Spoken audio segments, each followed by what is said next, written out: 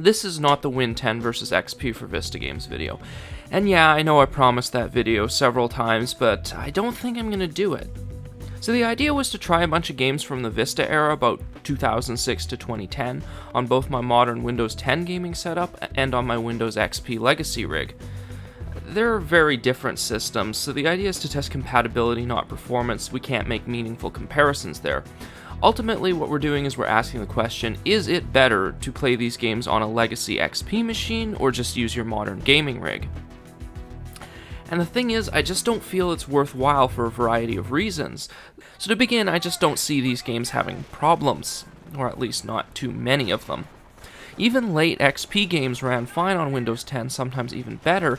Under the hood, Windows 10 is a lot more like Vista than XP is, so if it's designed for Vista, well... And you know, there's no substitute for actually going out and testing it, but it's reasonable to assume that most things will work. A good deal of these games, in fact, I've actually played in the past year or so, and, you know, will we have some issues? Probably, but it's going to be specific examples. We can't pick out general trends like we did for the XP games. And that kind of leads us to point number 2.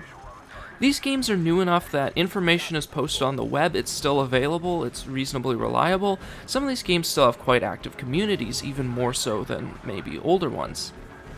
And XP games, honestly, were kind of unknown territory. There's a lot of information out there, but there's also a lot of misinformation out there. Several prominent individuals were claiming that you need an XP rig to play these games, and well, no, not really. So as you move towards the new 10s especially, will it run is just a Google search away. You can even find examples of specific hardware that's going to run on my laptop.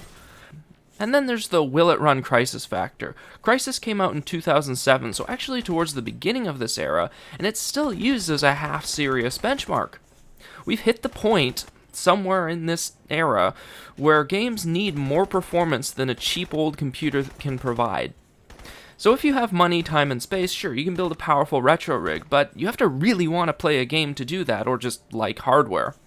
You'd probably much rather run it on your modern PC if you can, to get the best performance.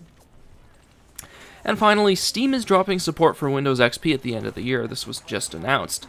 And I thought this was going to be a minor point at first, but the more I thought about it, the more I realized, no, this is a big deal. I started buying games on Steam in 2007, and I recall that by 2011, this was how I got most of my games. So pretty soon, you're going to have to really go out of your way to get these games on an XP, or for that matter, Vista machine. Okay, so all that's kind of my reasoning for not doing the Vista Games video. It's not because I'm lazy. I have valid reasons, at least in my mind.